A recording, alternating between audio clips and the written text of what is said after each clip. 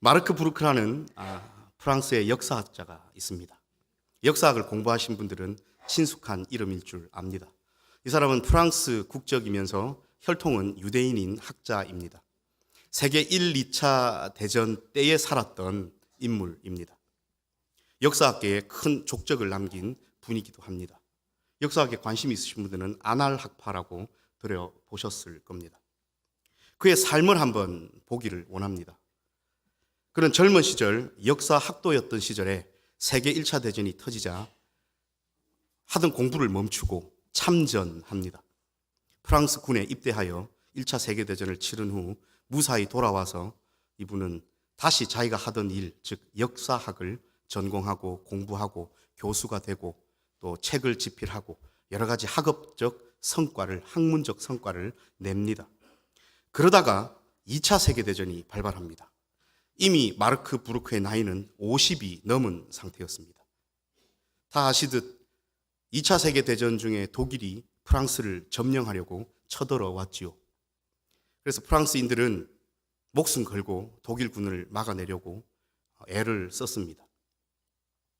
50이 넘은 나이에 마르크 부르크는 자신의 조국 프랑스를 지키기 위하여, 그리고 프랑스인으로서의 자존심을 지키기 위하여, 그리고 또 역사학자로서 역사 앞에 부끄럽지 않기 위하여 50이 넘은 나이에 프랑스군 대위로 다시 참전합니다. 역사는 이렇게 우리에게 이야기해 주죠. 프랑스가 이겼습니까? 독일이 이겼습니까? 독일이 그 전쟁에서는 이겼습니다. 그래서 프랑스에 있는 지극히 작은 특정 지역을 제외한 전 프랑스가 독일 히틀러의 손에, 나치의 손에 넘어갔습니다. 프랑스에는 친독 정책을 펼치는 정부가 다시 세워지고, 이 친독 정부에 항거하고 하는 레지스탕스들이 생겨서 프랑스 전역에서 독일군과 또 자기 같은 민족인 프랑스 친독 정책을 펼치는 정치인들과 싸움을 했더랬습니다. 프랑스 대위로 참전하고 전쟁에 패배했던 마르크 부르크는 다시 돌아오지 않고 그 레지스탕스에 참여하여 끝까지 항거합니다. 그러다가 프랑스인들의 비밀 경찰에 잡히게 되고 독일의 게슈타프에 넘어가게 되어 전쟁이 끝나기 1년 전인 1944년 6월 달에 함께 레지스탕스 운동에 참가했던 26명의 사람들과 함께 총살당합니다. 그의 나이 59세였고 6자녀의 아버지였습니다. 마르크 블로크라는 역사학자가 쓴 책들은 유명한 책이 많습니다. 봉건사회라는 역작이 있고요. 그 다음 역사를 위한 변명이라는 책도 유명합니다. 이 역사를 위한 변명이라는 책을 한국말로 번역한 충북대 불문과 교수님인 고복만 교수가 이 마르크 블로크의 삶을 이렇게 평가합니다. 그는 야만의 시대에 역사가가 죽어야 할 자리가 어디인지를 뜨겁게 상징하고 있다. 그는 죽었지만 그가 남긴 학문적 성과와 삶을 통한 실천적 진지함은 아직도 많은 이의 가슴을 뛰게 합니다. 사람이 살아가다 보면 죽어야 할 때가 있습니다. 제가 지금 약간 웃으면서 이야기를 했습니다. 즐겁고 기쁜 주일에 죽는 이야기가 도대체 뭔 말이요 하면서 달갑지 않아 하실 수도 있습니다. 하지만 이 죽는다는 의미는 실제로 우리의 육신이 죽는다는 것보다는 조금 더 넓은 의미로 생각해 주셨으면 좋겠습니다.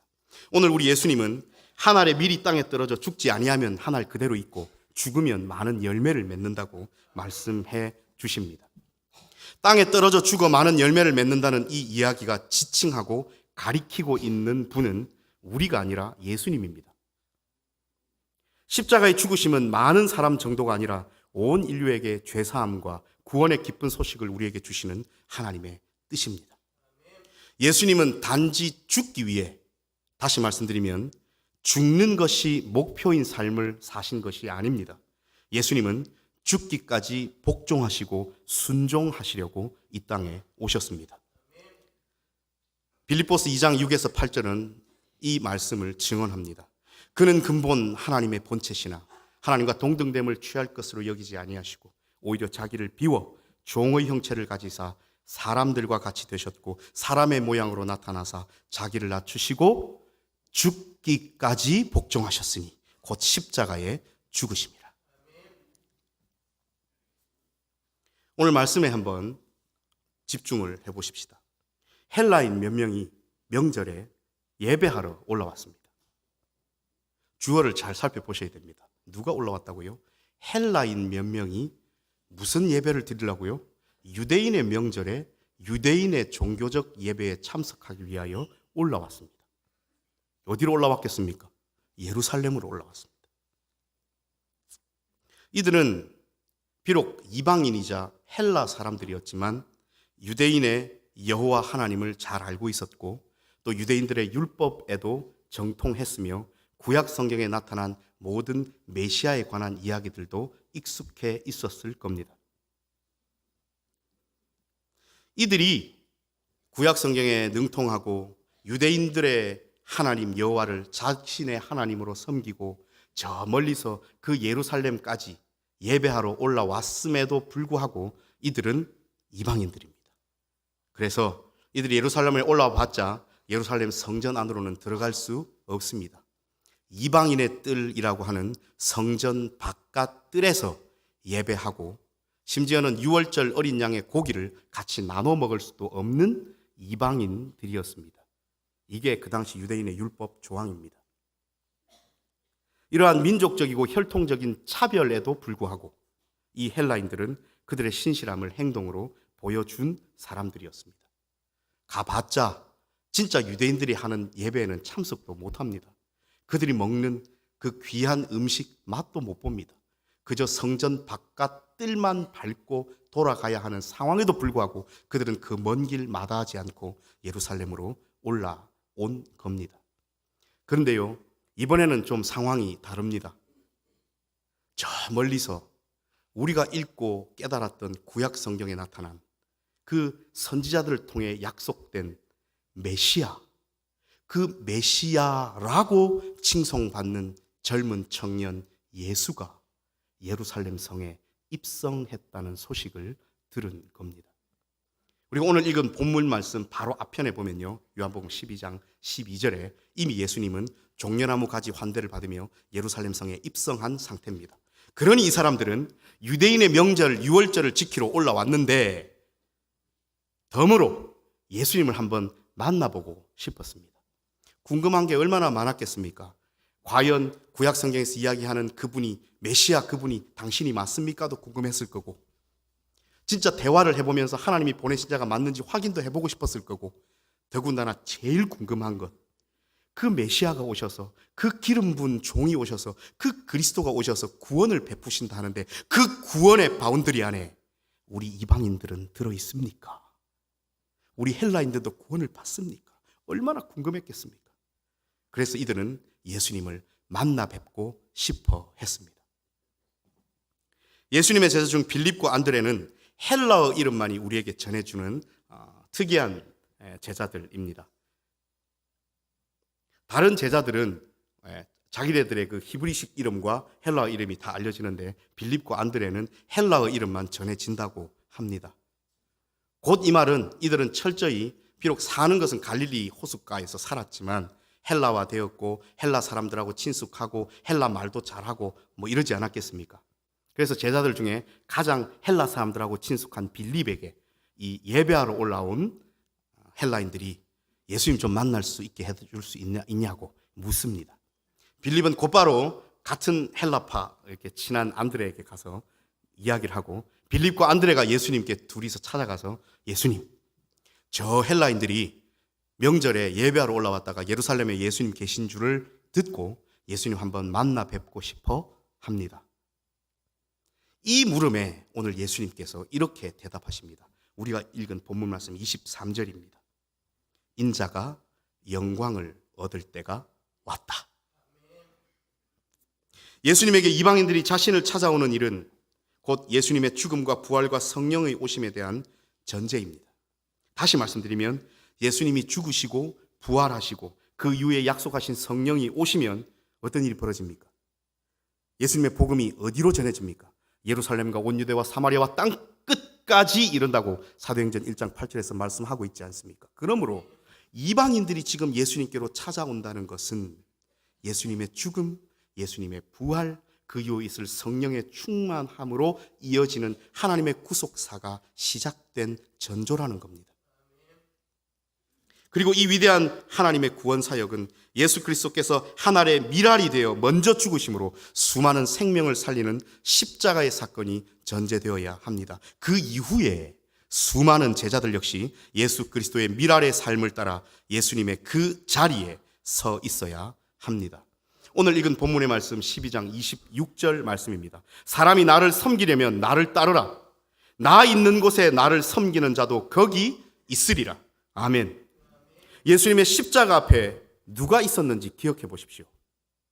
오늘 예수님은 나를 만나고 나를 따르고 나를 섬기려거들랑 내가 서 있는 이 자리, 내가 너희를 위하여 생명을 바치는 이 자리, 내가 고난받는 십자가 앞에 너희가 찾아와서 나를 만나고 따르고 섬기라 말씀하셨는데, 실제 예수님께서 십자가에 못 박히셨을 때 어떤 제자들이 있었습니까? 사도 요한 외에는 전부 뿔뿔이 흩어져 도망갔지 않습니까?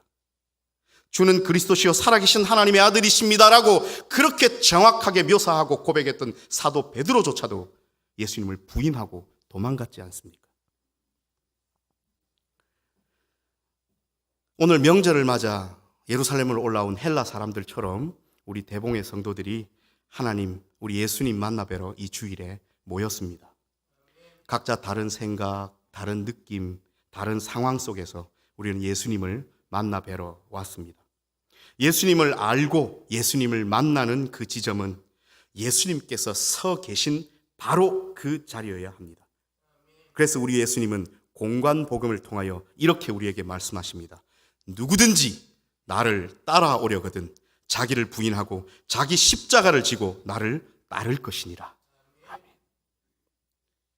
여러분 잘 아시듯 십자가의 원래 목적이 목걸이는 아니지 않습니까? 십자가의 원래 목적이 장식품은 아니지 않습니까? 십자가의 원래 목적이 차량 안에 달아놓는 펜던트는 아니지 않습니까? 십자가는 뭡니까? 사형틀입니다.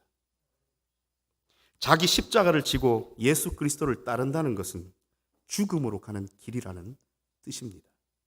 예수님은 우리를 죽음에서 건지시려 이 땅에 오셨는데 아이고 목사님 죽으라니요? 라고 반문하실 수 있습니다.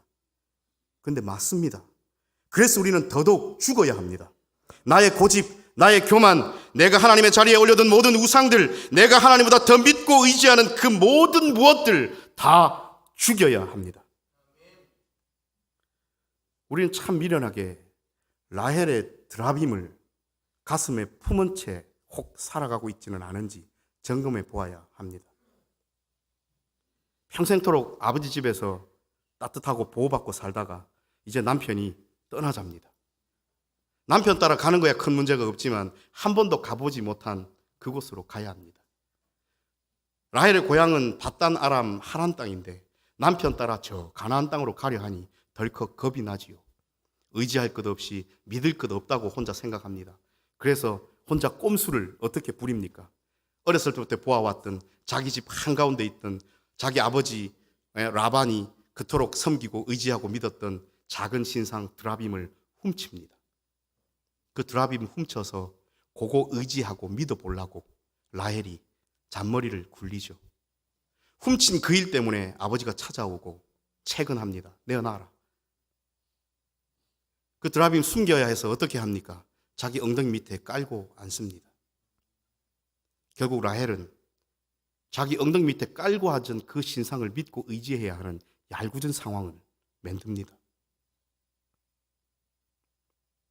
우리가 믿고 의지하는 것들이 얼마나 영원하리라 생각하십니까?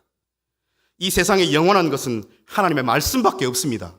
이 세상에 영원한 것은 하나님의 약속 외에는 없는 줄로 믿습니다.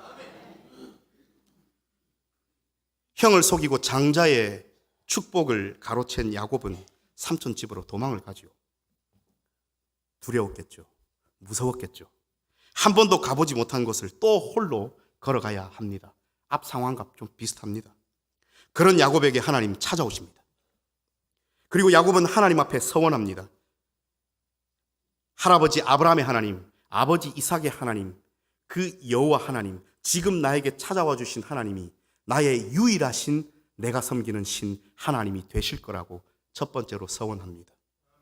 그곳에서 자기를 만나 주셨으므로 자기가 돌베개 베고 자던 그곳을 하나님의 집, 하나님이 거하시는 곳이라고 이름합니다. 그리고 나서 하나님 앞에 자기 소득의 10분의 1을 드리겠다고도 서원합니다. 세월이 흐릅니다. 20년이 흘렀습니다. 야곱은 하나님께 드린 서원을 잊고 삽니다. 다른 인생의 아픔과 힘든 것도 많았지만 지금 이 야곱이 겪고 있는 상황만큼 힘든지는 않았을 겁니다. 딸의 일로 말미암아 그 오빠들 되는 시몬과 레위가 세겜의 모든 남자들을 죽였습니다. 이방 족속들의 미움을 사게 됐고 야곱의 가족 공동체는 존폐의 위기에 처했습니다. 몰살당할 위기에 처했습니다. 절체절명의 이때에 20년 전에 홀로 떠났던 야곱을 찾아오신 그 하나님께서 다시 야곱에게 찾아오십니다. 그리고 한마디 하십니다. 베델로 올라가라.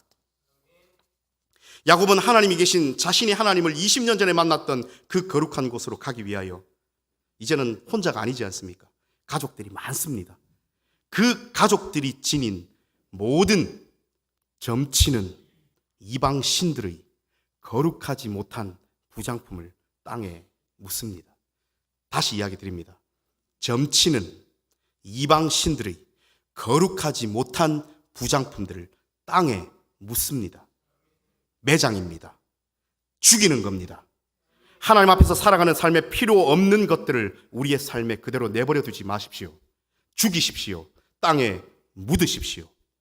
골로새서 3장 5절은 우리에게 이렇게 말씀하십니다. 그러므로 땅에 있는 지체를 죽이라. 곧 음란과 부정과 사욕과 악한 정욕과 탐심이니 탐심은 우상 숭배니라. 사랑하는 여러분, 죽지 않은 사람에게 부활은 없습니다. 죽지 않은 사람에게 다시 살아남은 없습니다. 그러므로 오늘 우리는 예수 그리스도 앞에 죽어야 합니다. 그래야 다시 삽니다. 하나님의 밀은 예수님의 사역이었습니다. 땅에 심기어 자신을 희생하여 많은 열매를 맺고 다른 이를 살리시는 귀한 사역. 예수님은 제자들에게 자기의 십자가를 지고 예수님의 제자로서 합당하지 못한 모든 것은 죽이라 하셨습니다. 그런 후에 실제로 많은 이들을 위해 희생하고 봉사하며 그들의 생명을 살리는 예수 그리스도의 사역에 동참하라 하십니다. 이것이 하나님의 밀로 살아가는 참 제자의 모습입니다. 역사학자 마르크 부르크를 향하여 중국대 교수가 했던 그 평가. 그는 야만의 시대에 역사가가 죽어야 할 자리가 어디인지를 뜨겁게 상징하고 있다. 이 글을 읽으며 눈시울이 뜨거워졌더랬습니다. 한 역사가의 죽음이 이러할진데 목사로서 살아가는 나는 이 영적 야만의 시대에 어디에서 죽을 것인가? 목사인 내가 죽어야 할 자리는 어디인가? 스스로에게 질문을 던졌습니다. 사랑하는 대봉의 성도 여러분, 오늘 이 시간 하나님께서 우리를 성도로 부르셨습니다. 성도의 뜻이 뭡니까? 거룩한 예수 그리스도의 그 길을 따르는 사람들 아닙니까? 우리는 우리의 십자가를 지고 예수를 따르고 있는가? 우리는 예수의 그 길이 내가 갈 길이라고 인식하고 있는가? 예수의 길을 따라 하늘의 미랄처럼 나를 내어놓고 수많은 사람의 생명을 위해 애쓰는 삶을 살고 있는가? 우리를 향하신 하나님의 이러한 질문들이 오늘 이 시간 하늘로부터 쏟아지고 있습니다. 사람이 나를 섬기려면 나를 따르라 하셨는데 생각으로는 예수님을 따르지만 예수님이 계신 그곳은 내 삶과는 아무 상관없습니다라는 답을 혹시 드리고 있지는 않습니까? 오늘 내가 죽어야 할 자리는 어디인가라는 오늘 설교의 제목은 오늘 내가 그리스도 안에서 다시 살아날 자리는 어디인가라는 질문과 다름 아닙니다. 이 땅의 수많은 거짓 기독교인들이 죽어야 다시 사는 이 진리의 말씀을 외면한 채 스스로의 힘으로 살아보려 안간 힘을 씁니다. 자신의 지혜와 능력으로 애쓰면 애쓸수록 사탄의 종이 될 뿐더러 세상 사람들에게 치부를 보여주며 그 결과 하나님의 이름을 망령되이 일컫는 일들을 서슴지 않습니다. 죽지 않는 교회는 죽지 않은 기독교는, 죽지 않은 성도는 더 이상 교회도 기독교도 성도도 아닙니다. 그러한 죽지 않는다는 이야기는 우리 예수님의 말씀에 조금도 합당하지 않습니다. 사람이 나를 섬기려면 내가 지는 십자가도 지고, 사람이 나를 섬기려면 나 있는 그곳, 너희를 위하여 내 생명을 내어주는 그 십자가 앞에 거기에 있어야 한다고 오늘도 말씀을 통하여 우리에게 분명히 말씀해 주셨음에도 불구하고 기독교인의 탈을 쓰고 살아가는 저 유사 기독교인들은 여전히 두 눈을 감은 채, 여전히 두 귀를 막은 채 예수님의 말씀을 무시합니다. 이러한 현재의 상황 앞에 우리는 무엇을 해야 하고 또 무엇을 할 수 있을까요? 과연 이러한 구체적인 상황에서 우리가 죽어야 할 자리는 어디일까요?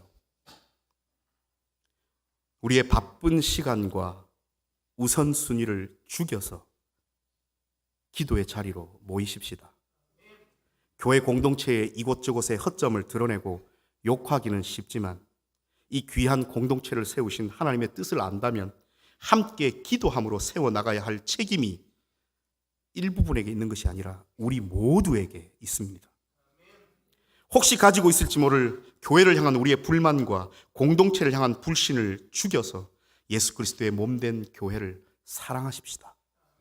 세상의 모든 교회가 욕먹을 만하고 잘못되어 가고 비판받아 마땅할 상황에서도 우리가 은혜 받고 함께 어우러져 하나님의 귀한 사역을 감당해가는 이 몸된 대봉교회를 사랑하십시다.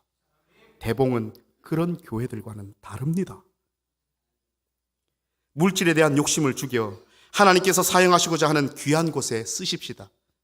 애쓰고 힘들어 번 물질, 하나님 앞에서 지혜롭고 건강하게 사용합시다. 그것이 하나님께서 우리에게 물질을 허락하신 이유입니다. 우리의 자존심을 죽여 복음 들고 나서십시다. 예수 그리스도의 복음이 여러분 삶 가운데 기쁨으로 작용한다면 그 기쁘고 복된 소식을 전하지 않고서는 견딜 길이 없을 겁니다. 예수님의 복된 소식보다 나의 자존심, 나의 생각, 나의 주장이 앞선다면 아직도 내가 살아있다는 증거입니다. 갈라디아서 2장 20절은 우리에게 이렇게 이야기하십니다. 내가 그리스도와 함께 십자가에 못 박혔나니 그런즉 이제는 내가 사는 것이 아니요 오직 내 안에 그리스도께서 사시는 것이라. 이제 내가 육체 가운데 사는 것은 나를 사랑하사 나를 위하여 자기 자신을 버리신 하나님의 아들을 믿는 믿음 안에서 사는 것이라. 이 영적 야만의 시대에 목사가 죽어야 할 자리는 어디인가 자신에게 물으며 몇 날 며칠을 기도했었습니다. 때론 눈물이 날 때도 있었고 때론 금식을 명하셔서 그 말씀에 순종하던 때도 있었습니다. 기억하시는 분들은 기억하시겠지만 작년 여름 몽골 단기 선교 가기 직전 주에 닷새를 호박 금식하며 목사가 죽어야 할 자리가 어딘가 기도하며 지냈었습니다. 어찌 보면 선교를 직전에 앞두고 금식을 한다는 것이 무모한 행동일 수도 있고 또 건강을 해칠 수도 있는 행위였기에 참 조심스러웠지만 그때 주신 말씀에 또 순종하지 아니할 수도 없었고 또 시간이 지나와서 돌아보는 이 시점에서 바라보면 결과론적으로 별 탈 없이 건강하게 또 은혜롭게 선교를 잘 마쳤으니 감사할 따름입니다. 그런 우여곡절을 겪으며 주신 하나님의 응답은 하나님 목사가 죽어야 할 자리가 어디입니까? 금식하며 물어서 받아낸 그 응답은 바로 말씀이었습니다. 목사가 죽어야 할 자리, 말씀. 목사는 말씀 앞에 그 말씀을 해석하고 풀어내는 거룩한 행위 앞에 설교를 준비하고 성도들과 나누는 그 거룩한 사역 앞에 그 말씀대로 살라 하시는 하나님의 명령 앞에 죽어야 함을 다시 한번 알게 해 주셨습니다. 사랑하는 하나님의 귀한 대봉의 성도 여러분, 우리 이번 한 주간 꼭 하나님 앞에 여쭈어 보십시다. 하나님, 내가 하나님 앞에 죽어야 할 그곳이 어디인지요. 그래서 하나님께서 나를 다시 살리실 그곳에 내가 있기를 원합니다. 라고 하나님께 말씀하십시다.